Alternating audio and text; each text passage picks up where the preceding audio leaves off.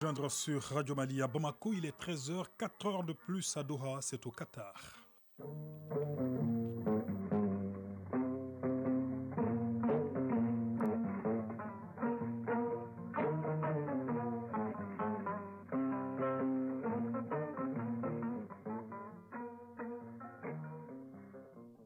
Le journal, Ibrahima Traoré. C'est 13h dimanche, mesdames, messieurs, voici le sommaire. Une finale en apothéose attendue par le monde entier cet après-midi.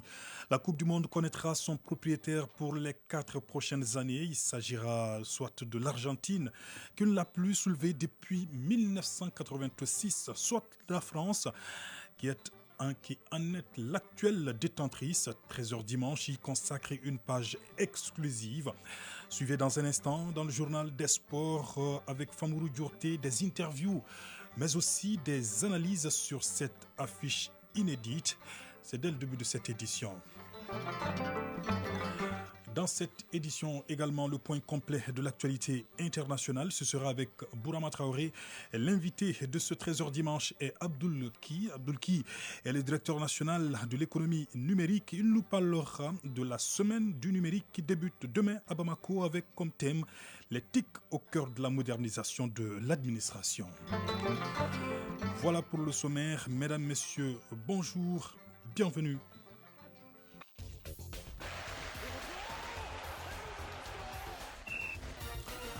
Une fois n'est pas coutume, oui, actualité oblige, les mondes, oui, les regards sont essentiellement braqués ce dimanche vers cette affiche alléchante Argentine-France. Tout à l'heure, à 15h et 13h dimanche, est aux couleurs donc de cette finale du Mondial 2022 au Qatar. Une équipe décrochera le 3e titre de son histoire. L'Argentine l'espère pour consacrer son dieu, entre guillemets, Messi. La France pour récompenser le parcours d'une très belle équipe. Nous consacrons une large page donc à cet événement mondial. Le journal des sports, c'est avec vous.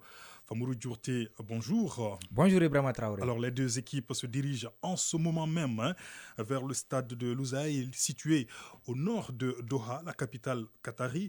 Le coup d'envoi sera donné tout à l'heure à 15h GMT. Et oui, le pays hôte de cette 22e édition, le Qatar a mis les petits plats dans les grands pour cet événement.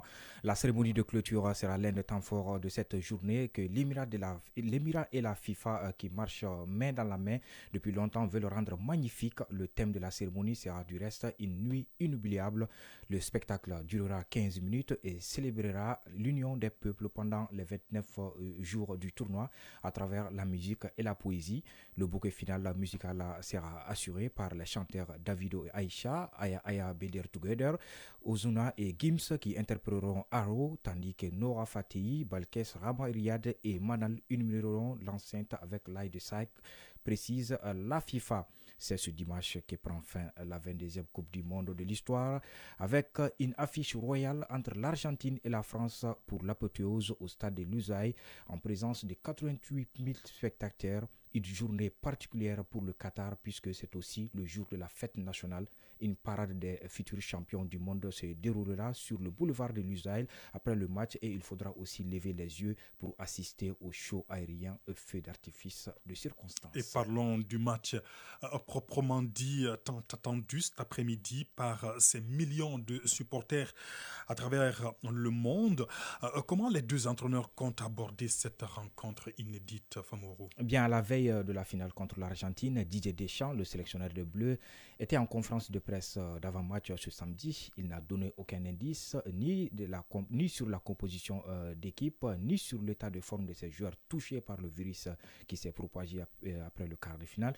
Le sélectionneur des Bleus a en revanche été un peu plus loquace quand il a été interrogé sur son adversaire. Nous l'écoutons. Je crois, si je ne m'abuse, il doit y avoir 7 joueurs qui étaient présents en 2018 et qui sont là aujourd'hui, quoi. Donc, c'est vraiment pas la même équipe. Donc, je vais pas comparer. Ça sert à rien. C'est pas du tout le même. C'était un 8e de finale. Il n'y avait pas les mêmes joueurs. En revanche, évidemment, les 6 matchs qu'ils ont joués avec des systèmes différents, des joueurs différents, c'est quelque chose qui nous sert. En plus, nous avons 3 observateurs avec José Alcocer, Jean-Luc Vanucci et Lionel Rouxel qui ont vu tous les matchs. Donc évidemment, ça nous permet d'avoir des informations bien précises, même si l'Argentine peut faire quelque chose de différent. Comme nous, on n'est jamais... je prends l'exemple du Maroc en demi-finale, qui a commencé le match avec une défense à 5. Elle ne l'avait pas fait avant, donc faut être prêt à toutes les situations. Voilà, c'était la Didier Deschamps, le sélectionneur de l'équipe de France. Dans l'autre camp, économe en conférence de presse depuis le début du mondial, Lionel Scaloni ne s'est pas attardé non plus sur son plan de jeu, refusant de se focaliser sur le seul Kylian Mbappé. C'est plus un travail d'équipe qu'une question individuelle, a expliqué le sélectionneur argentin. Je me sens enthousiaste. Ce sont de beaux moments dont il faut profiter. Même aux portes d'une finale, l'important, c'est le chemin que nous avons parcouru. Le plaisir que nous avons pris avec ces joueurs, en profiter avec notre famille. Je suis convaincu que quand on prend du plaisir, les choses ont un tout autre goût et se vivent différemment. Nous abordons un grand match, mais jusqu'au coup d'envoi, il faut savourer. Ces moments resteront dans l'histoire et dans nos têtes. C'était là donc l'entraîneur de l'Argentine, et à l'issue où c'était au cours d'une conférence de presse hier. Voilà. Alors, quelles sont les forces et les faiblesses de ces deux finalistes? Eh bien, qui de l'Argentine où la France va décrocher sa 3e étoile et la victoire en Coupe du Monde ce dimanche? Laquelle de deux équipes présente les meilleurs arguments pour tenter de soulever le trophée? Écoutons Franck Simon, journaliste français, sur la question. La France, moi j'ai envie de dire que la France, il n'y a pas de star. La star, c'est l'équipe. Il y a tellement de grands joueurs que comment vous voulez en ressortir un? Je ne vais pas, si vous voulez, plonger comme le font pas mal d'observateurs en disant cette finale, c'est Mbappé contre Messi. Non. La France est une équipe très équilibrée, c'est une équipe qui est solide, c'est une équipe qui est disciplinée, qui est forte tactiquement, qui a un entraîneur très inspiré. C'est le tenant du titre. C'est une équipe qui sait aussi gérer les temps faibles. On l'a vu contre le Maroc. Le Maroc a chahuté pendant pratiquement 1 heure l'équipe de France, mais elle a résisté et elle a su résister. C'est ça l'équipe de France de 2022. Elle sait résister et ensuite elle sait piquer son adversaire. Et quand je dis elle sait piquer, c'est pas nécessairement par Mbappé, mais ça peut être par un autre. Ça peut être par Dembélé, ça peut être par Griezmann, ça peut être par Tchouaméni, ça peut être par un défenseur.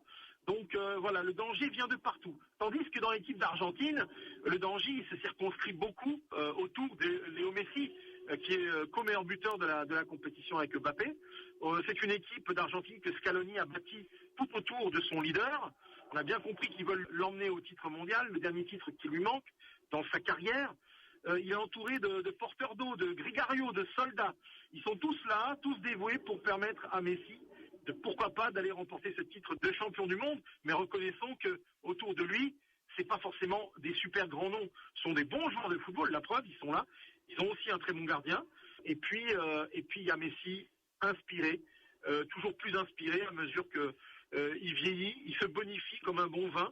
Il y aura certainement un plan côté français pour le neutraliser, pour lui couper le ravitaillement de ballons de but. Il n'y a pas de note artistique, on n'est pas au patinage. Il faut gagner, porte la manière, aller chercher un titre, et si ça ne plaît pas aux observateurs et au public, vous savez, les Argentins, ils pardonneront tout à leur équipe si elle remporte ce titre mondial. Voilà, Didier Deschamps face à Lionel Scaloni. C'est le duel des deux coachs qui s'affrontent ce dimanche lors de la finale de la Coupe du Monde et il faudra tenter de surprendre son adversaire tout en faisant attention à ne pas être surpris. Alors, un rendez-vous ou une affiche à ne pas manquer sur nos antennes tout à l'heure. Nous le rappellerons à partir de 15h GMT et la prise d'antenne un peu plus tôt sur l'ensemble du réseau synchronisé de l'ERTM. Alors le Maroc termine au pied du podium. Est-ce qu'il y avait mieux à faire? La marche était trop haute pour les Lions de l'Atlas du Maroc ce samedi face aux Ardents croates, selon leur sélectionneur Walid Regragui, qui est toutefois fier de leur performance. On a manqué de justesse et on a manqué de fraîcheur. On va pas se mentir, sans se cacher, on a été au bout du bout. On était à notre maximum, le moteur il a cassé aujourd'hui. Il nous manquait Romain, il nous manquait Naïf Aguerd, Mazraoui. On perd Yamik et Dari dans l'axe. On finit avec une charnière centrale inédite. Les cadres ils étaient fatigués. Mais on a essayé de ramener de la fraîcheur avec les jeunes. Ils ont donné ce qu'il fallait. Ils ont appris aussi de ce match, j'espère pour le futur. On aurait souhaité terminer sur le podium, mais je pense que la Croatie la mérite au vu de son expérience. Aujourd'hui, ils ont bien géré, ils n'ont pas voulu lâcher aussi. C'était un beau match, on a vu qu'on n'était pas loin. Mais voilà, on va apprendre de ça et on est heureux parce qu'on est dans les 4 meilleures équipes du monde. On progresse, on a donné une belle image et on a encore du travail, mais on est satisfait à la fin, même si la défaite est amère, mais je pense qu'elle est méritée. On a été au bout. En tout cas, le plus important pour moi en tant que coach et je pense pour le public marocain, c'est qu'il a vu une équipe qui n'a pas lâché. Moi, ce que je retiens, c'est qu'on a uni notre pays pendant le temps d'un mois. Tout le monde était heureux et il n'y a que le football qui peut offrir ça. Voilà, il n'y a que le football qui peut offrir ça. Voyons à présent le parcours des pays africains dans ce mondial qatarien. Le Maroc a été la sensation de cette Coupe du Monde avec une 4e place. Une nouvelle histoire débute désormais pour l'ensemble du football africain, Djibril Traoré. Oui, notre continent aura été le plus grand gagnant de cette 22e édition. Non seulement à travers les résultats des Lions de l'Atlas du Maroc, mais aussi le football étalé par les autres représentants africains. Le Sénégal, la Tunisie, le Cameroun et le Ghana. Et n'eût été quelques erreurs d'arbitrage et le mauvais calcul de l'entraîneur marocain en demi-finale contre la France, les Lions auraient pu occuper un meilleur rang que celui de 4e dans cette Coupe du Monde. Et n'eût été le manque de concentration, de mental et de grinta dans les moments difficiles, les autres équipes africaines qui n'ont du reste pas démérité aurait montré un autre visage et ainsi donné l'occasion au football africain de se faire respecter davantage. Quant à la finale de tout à l'heure, elle oppose, vous l'avez dit, 2 des favoris de la compétition, l'Argentine et la France, un pays sud-américain et un pays européen. D'un côté, la technique et de l'autre, la rigueur. Et au-delà, elle oppose cette finale 2 monstres sacrés de l'heure, l'Argentin Lionel Messi et le Français Kylian Mbappé. L'un en fin de carrière, Messi, 35 ans, et l'autre en plein boom, Mbappé, 23 ans. Cette finale est très indécise, c'est du 50-50, je dirais. La volonté et la détermination pourront faire la différence, en plus de la classe éblouissante d'un des 2 monstres sacrés. Mais ce qu'on peut déjà affirmer, c'est que cette 22e édition a été d'un très bon niveau et que le Qatar, lui, est en passe de gagner son pari de l'organisation, et cela malgré les multiples critiques avant la compétition. Hormis le titre mondial, d'autres distinctions sont également en jeu aujourd'hui, comme le titre du meilleur buteur, meilleur joueur ou meilleur gardien. France-Argentine, finale de la Coupe du Monde de football 2022, c'est tout à l'heure, 15h GMT, à suivre sur ORTM 1 et sur les ondes de la radio chaîne 2 de l'ORTM en langue bamananka. Merci beaucoup, Famourou Djourté, pour toutes ces informations sportives. Un journal des sports essentiellement consacré donc à ce mondial qui boucle donc ce tournoi édition 2022 au Qatar tout à l'heure à 15h, à ne pas manquer sur nos antennes. Merci encore une fois, Famourou.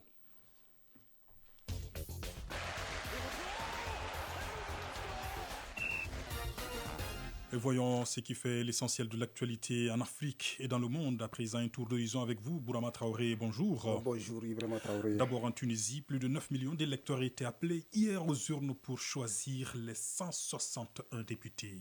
Ce n'était pas une grande affluence hier pour ces législatives. Le taux de participation est de 8,8% selon le président de l'autorité électorale, Isaïe Farouk Bouresker. Ce taux est qualifié par certains de séisme de 8,8 sur l'échelle de Richter. Un taux très faible par rapport à celui de 2019 qui était de 41%. L'autorité électorale explique cette faible mobilisation des électeurs par un changement dans le système de sondage et le manque de financement politique des campagnes électorales. Et en République démocratique du Congo, après des mois de suspense, Moïse Katumbi quitte l'Union sacrée, la coalition pro-Tshisekedi à l'Assemblée nationale, et annonce sa candidature à la prochaine présidentielle de 2023.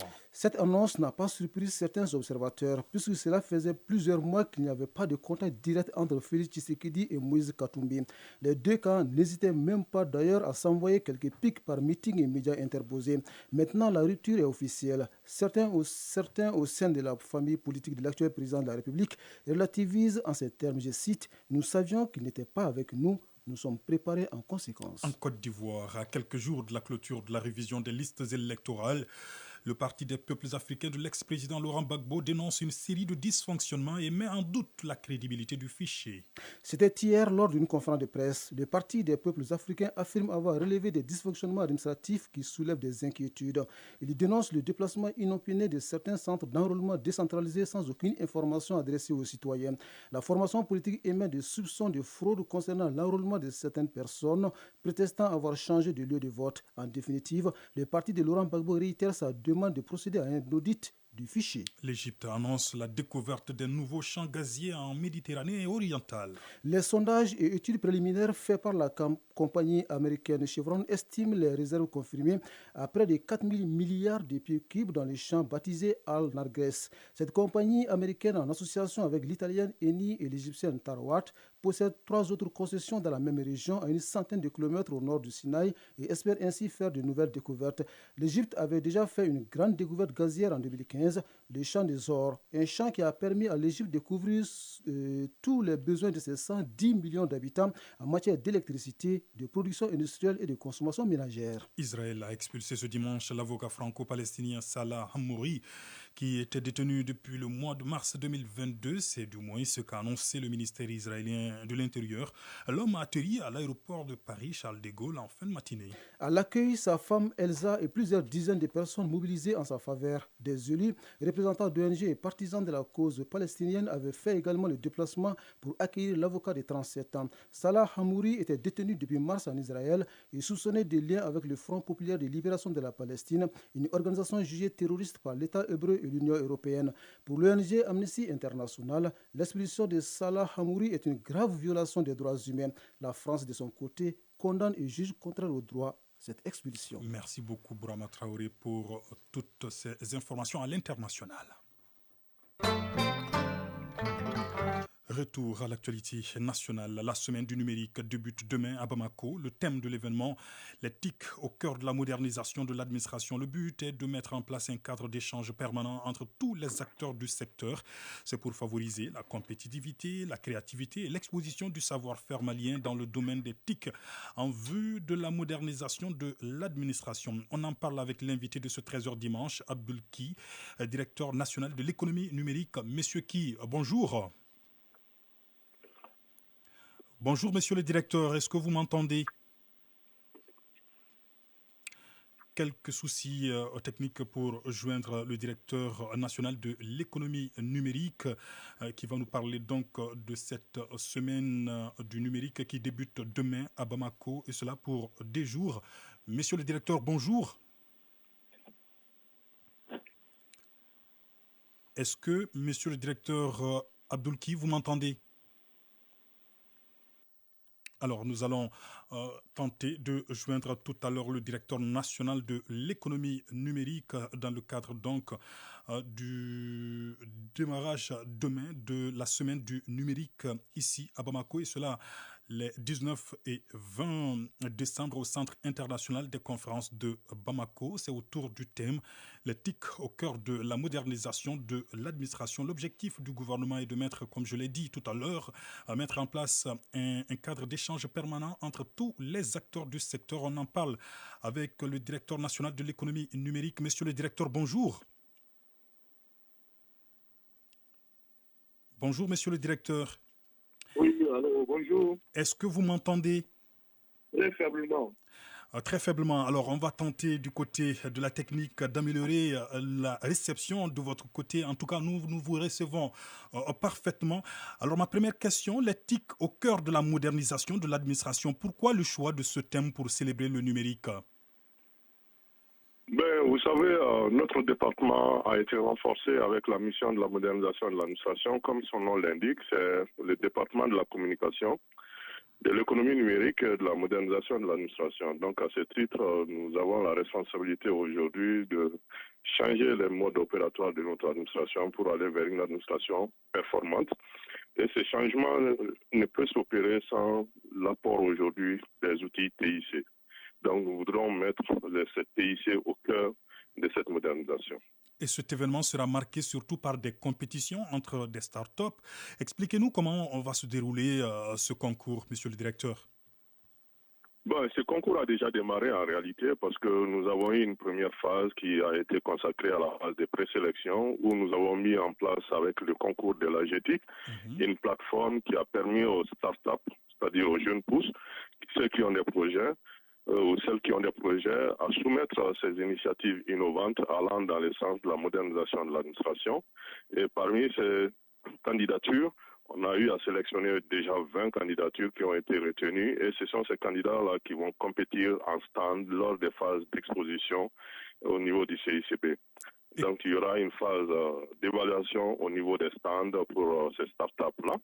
Et aussi, ils vont avoir l'occasion de présenter ces projets innovants devant un jury qui va aussi les noter et maintenant procéder à la classification finale pour qu'on puisse primer les trois premiers. Et quels ont été les critères d'éligibilité des projets retenus? Bon, pour la phase de présélection, déjà, il fallait être au Mali, c'est-à-dire être une start-up malienne d'abord. Donc, c'était le premier des critères. Et aussi avoir des projets innovants qui vont dans le sens de la modernisation de l'administration. Donc, voilà un peu ce qui a constitué l'essentiel pour la présélection. Au-delà de cette compétition, quelles autres activités prévoyez-vous durant ces 2 jours d'activité, monsieur le directeur? Maintenant, au-delà de cette compétition entre les startups qui d'abord vise à stimuler cette idée de créativité et de créer un certain dynamisme de compétition, d'abord pour que le secteur soit dynamique. Nous avons également sollicité l'exposition en stand de certains de nos partenaires et également des structures du département qui ont aussi des savoir-faire qu'ils vont exposer durant ces 2 jours-là pour le public, que le public pourra venir voir, pour voir que l'administration aussi a des initiatives, a déjà des produits. Donc, nous ne partons pas de rien. Donc, ils viennent voir un peu le savoir-faire au niveau de l'administration, mais également de tous ces privés-là aussi qui nous accompagnent. Je parle là de nos sponsors, comme Orange, Mali, Move, Télécel, l'ASTM et autres partenaires aussi qui sont là avec nous, qui auront l'occasion d'exposer aussi leur savoir-faire. Maintenant, au-delà de ces expositions, il y a une autre activité majeure, qui est une activité d'échange organisée autour des panels. Donc des panels qui ont choisi différentes thématiques qui aborderont certaines problématiques majeures de notre secteur pour que les éminences qui viendront nous donnent des pistes de solutions par rapport à ces problématiques posées. Globalement, quels sont les défis liés au numérique dans notre pays? Les défis liés au numérique dans notre pays, déjà, il a été souligné dans le document qui a été mis en place en 2015 et adopté par le gouvernement du Mali en 2016, qui avait déjà fait donner les clichés de l'écosystème du numérique au Mali, qui se caractérise par une sorte d'éparpillement où il n'y a pas de cadre de convergence, où il y a trop d'éparpillement, de sectorialisation, c'est-à-dire les gens évoluent en silo. Et le premier défi aujourd'hui, c'est de mettre tous les acteurs ensemble, petit à petit, pour qu'ils puissent avoir un point de vue convergent, aller dans la même direction, se donner la main et porter les projets à l'unisson. Donc ça, c'est déjà un premier défi. Et je pense que la Semaine du numérique vise à promouvoir ce cadre de concertation entre les différents acteurs pour qu'on puisse évoluer dans la même direction. Une dernière question. Avez-vous un message particulier à lancer à tous ceux qui vous écoutent en ce moment pour pleinement participer à la Semaine du numérique qui débute demain à Bamako? Eh bien, c'est de demander à tout un chacun de faire l'effort, de venir nous accompagner massivement, de sortir pour venir voir ce que nous avons en matière de TIC au Mali, la crème des crèmes en matière de TIC. Je pense qu'ils ne seront pas dessus. C'est également une opportunité pour eux de nous soutenir et de savoir qu'ils attendent de nous et que nous allons également faire de notre mieux pour les satisfaire. Donc, que tout le monde vienne nous accompagner pour que la fête soit belle et remercier également les autorités qui ont eu de la vision et qui nous accompagnent également dans ce processus pour les sensibiliser encore davantage pour que les questions de TIC soient portées au plus haut niveau, pour que nous ayons les moyens nécessaires de mettre en œuvre toutes les initiatives au sein de ce secteur qui est un secteur plein de potentialités qui peut nous tirer d'affaires, comme on le dit. Merci beaucoup, monsieur le directeur. Je rappelle que vous êtes que vous étiez direct avec nous pour nous parler donc de cette semaine du numérique qui débute demain à Bamako autour du thème l'éthique au cœur de la modernisation de l'administration. Un événement placé sous la présidence donc du ministre en charge de l'économie numérique, de la communication et de la modernisation de l'administration à partir de demain, donc 19 décembre ici à Bamako, et vous êtes conviés à participer pleinement donc à cet événement qui se passe au Centre international de conférence de Bamako. C'est aujourd'hui que la FASCO, la foire agricole de Sikasso, ferme ses portes après 4 jours d'échanges commerciaux et de conférences thématiques autour du thème la problématique de l'insertion socio-économique des femmes et des jeunes dans les filières agricoles. Et l'initiative a permis la réalisation d'un chiffre d'affaires, tenez-vous bien, de 500 millions de francs CFA contre 329 millions en 2018. On en parle avec Moustapha Doumbia en direct de Sikasso. Bonjour Moustapha Doumbia. Bonjour Ibrahim Traoré. Alors vous êtes sur place au stade Babemba Traoré de Sikasso. Que peut-on retenir de ce rendez-vous du monde agricole? Ibrahim Traoré, il faut dire que nous assistons en ce moment même à l'allocution des clôtures de monsieur le gouverneur de la région de Sikasso, monsieur Daniel Dambélé.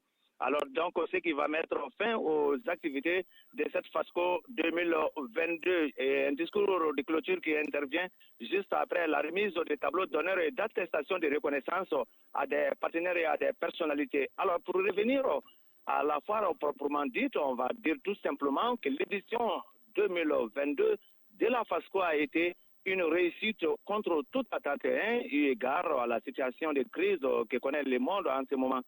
La 5e édition de la FASCO a donc comblé toutes les attentes avec 500 millions de chiffres d'affaires réalisés contre 329 millions en 2018, dernière édition. S'agissant des promesses de contrats, celle-ci s'élève, Ibrahim Traoré, à 1,144 milliard de francs CFA contre seulement 170 millions en 2018. À titre illustratif, le grenier de Bobo, un participant venu du Burkina Faso, a indiqué des promesses de contrats de 900 millions pour les sésame et 244 millions pour l'anacarde.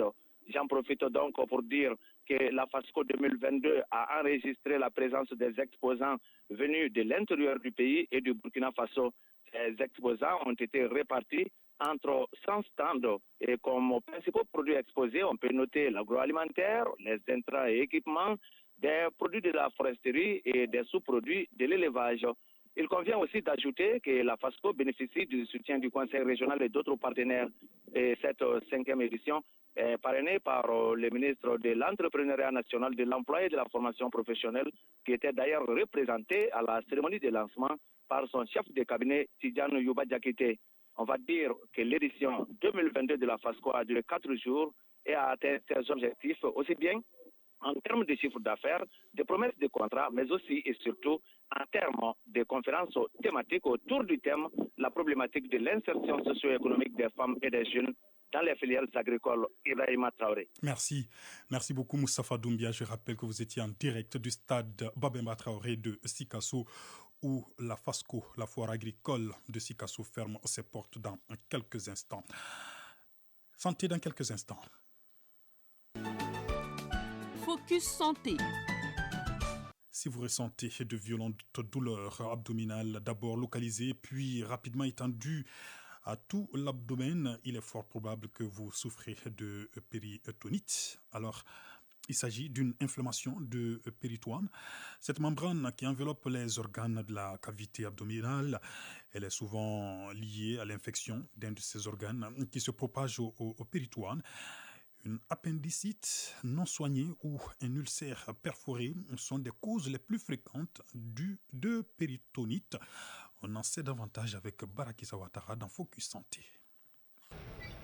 Vomissements, essoufflement, accélération du rythme cardiaque, baisse de la tension artérielle, contracture abdominale et température très élevée. Le diagnostic de la péritonite est vite suspecté devant ces symptômes. Professeur Bakari Tiantigui Dambélé, chirurgien au CHU Gabriel Touré. Très souvent, quand on demande aux malades, l'origine de la douleur peut orienter. S'il s'agit d'une douleur vers la fosse iliaque droite qui a évolué, on va dire, est-ce que ce n'est pas une appendicite qui s'est compliquée des péritonites?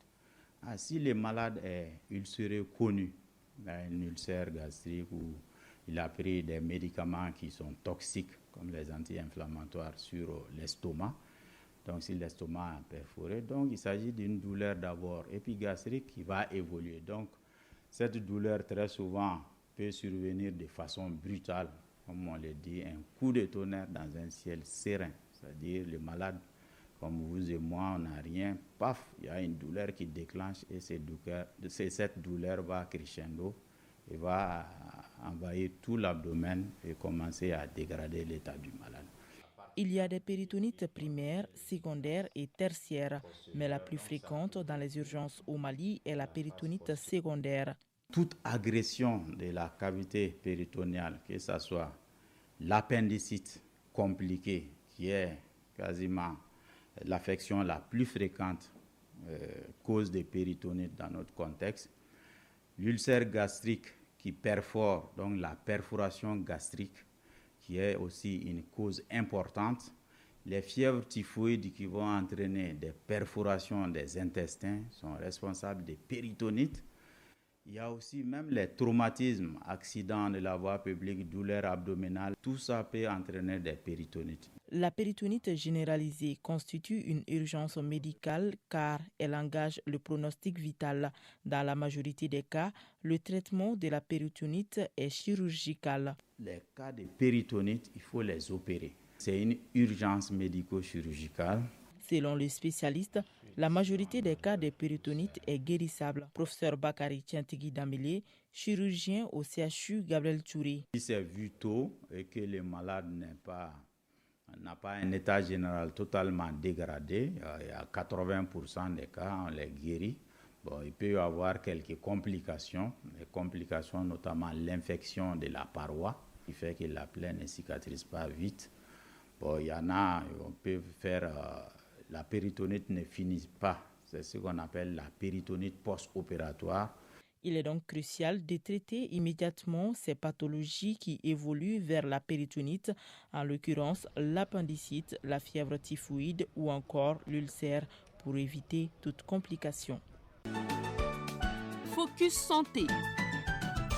13h32, c'est donc tout pour cette édition que j'ai eu le plaisir de vous présenter avec à la mise en onde Absé Traoré, la mise en ligne Sekou Traoré à la coordination éditoriale et à la réalisation Bourama Traoré.